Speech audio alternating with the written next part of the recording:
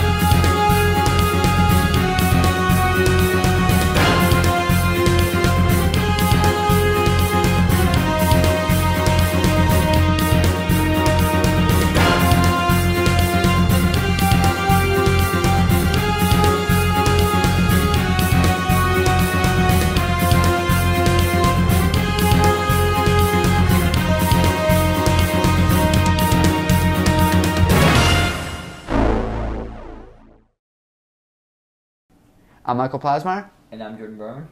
And today we're here to talk to you about backing up your iPod. So let's say that your computer crashes and all your music's on there and you reinstall Windows. So how do you get all the music off your iPod and how do you update it?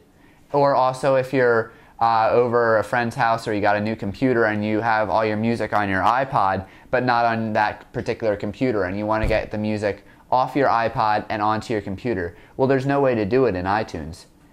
So you have to follow these particular steps. Also, you don't have to purchase software. There's a lot of paid software out there that purports you can do this, but we're going to show you a way where you can do it free.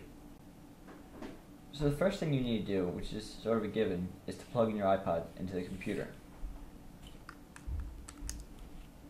So I've plugged in the iPod into our computer and we're opening iTunes and opening this iPod right here. So Jordan, what's the first step we have to do? So the first thing you have to do is you enable disk use and you click OK.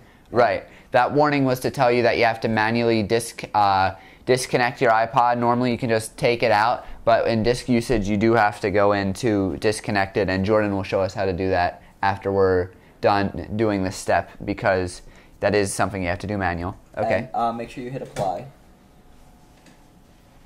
That's not how that works. And so it has to resync your iPod so it functions as a disk. Okay. So where do we go after this? So after it's enabled, and so you go to My Computer, and you should find the iPod as a flash drive. Right, and there's the name of your iPod. It just goes in the device with removable storage. And right now, actually, because it's disk usage, with disk usage enabled, you could use your iPod as like a flash drive. So if you have files that when you want to copy from one computer to another, you can just stick them right here, and you can use as much space on that's available left on your iPod. So this is a great way, if you have a large capacity iPod, you can put that extra space to good use. So the next thing you have to do is you have to go to Folder Options under Tools, and you go View, and you have to check Show Hidden Files and Folders. Right, so hidden files and folders is something Windows allows you to do so that they don't show up normally. So not only will files be visible here, but also throughout Windows you'll see a lot more files that are like slightly lighter, slightly like grayed out. Or not grayed out, they're just slightly lighter, and that means that they were hidden and you've enabled hidden. I would disable that if you're a more basic computer user, because you don't need that enabled. Just for this step you need it, but after you're done, go in and disable that again. All right? So when you're done, you click OK, and you'll see a slightly translucent Right, yeah, that's what I was talking about, that grayed out folder there. Folder called iPod Control, and you open it up, and you go over to Music, and within it is a bunch of folders listed from F00 to whatever. Yeah. Mine's F49, but it depends on the amount of music's on there. And is this sorted by albums or what else? It's actually just random? It is kind of random, actually.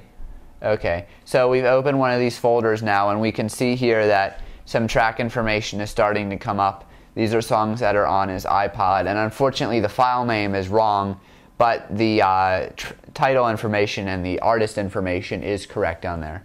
Alright, so what was our step after this? So next thing you have to do is you have to copy that music folder to wherever you want your music to rest. Right, so we just copy it to our computer or copy it to the My Music folder on our computer. So you go to where you want it. Yeah, so yeah, Tecker 911's documents, and then My Music. And so you click paste, and once it appears, you have to. Right, now it has to copy that over, and that's probably going to take some time to do. So let's go here, Properties. Properties, and you click, you uncheck the hidden box. Right, so that means it's always visible, and then hit OK. Now would be a good time to re-enable. Make sure you do it to all this folders and subfolders and files, right? So, and as I was saying, this would be a good time to re-disable showing hidden files and folders. And so you open up iTunes again, and you go. And this is after it's all done transferring over. You go File, Add Folder to Library, and you go search for the location where you put your music. Right. So right there is in the My Music folder. All right. And you click OK, and it imports all the music that you just pulled off your iPod. Right. And it also does videos, games, and photos as well. Yeah, so this is a really cool free way of getting all the files off your iPod. Doesn't make it show up perfectly with folders and file names and stuff, but at least you have the actual songs, and now they're back on this computer again. And you can listen to them or transfer them to a new iPod if you want. So after you're done copying the files on your computer, you may want to disable disk usage again by unchecking that box, or you can leave that checked in order to enable disk usage, as I talked about before, using your iPod as a large flash drive to copy normal data files from one computer into another. They're not visible on the iPod or anything, but instead of buying a separate flash drive, you can use your iPod, something you already have, and especially if you have a large capacity iPod with a lot of unused space, this is a perfect way to use that space. So basically, if you don't have disk use enabled, well, or if you, you can go right up to Devices and just click the eject button, and your iPod will eject from the computer as well as from iTunes. But when disk use is enabled, you have to eject it from iTunes if that's open, and then you have to go down to the bottom. The safely remove hardware. If you have a flash drive, you may be very familiar with this. And so you open it up. Yeah, double click on that. You have to manually eject it through here. Right. Click on it, click stop, and make sure that this is an iPod right here, and hit OK. That's the right one. And now it gives us this message that it's safe to remove this particular iPod, and we can remove it and put it in another computer to access our files. I'm Michael Plasmeier. And I'm Jordan Berman.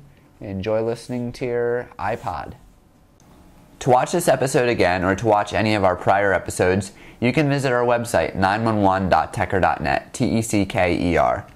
And on the website, we have our prior episodes, as well as you can view them directly on the website, or you can download them in WMV for Windows, iPod or QuickTime format for your iPod, or if you have iTunes installed, an MP3 audio-only version of the show, and a WMV HD version of the show, which you can download via BitTorrent that looks really, really clear and in pristine HD quality. And instructions for downloading via BitTorrent are also on the site. On the right-hand side, we have more information about us and about each of the members of the show, as well as quick links to all of our prior episodes and links to the RSS feeds for each of the formats that we release the show in, and links to subscribe to the show in iTunes if you have an iPod, an Apple TV, an iPhone, any Apple device. You can click on that link in either video or audio format. You can also, in iTunes, search for Tecker, T-E-C-K-E-R, in the iTunes store, and then you can find our podcast that you can subscribe to free. Also, if you do not have an iPod, if you have like a generic MP3 player, then you can use you can still listen to our show if on our website you subscribe to this MP3 audio version in a feed catcher, in a podcatcher like Juice. You can search for Juice on Google, download that program, and then it'll load the shows automatically onto your generic MP3 playing device. If you have any questions about the show or about technology, you can send us an email at 911@tecker.net, or you can leave us a voicemail at 610-572-2847. Thank you so much for watching Tecker 911.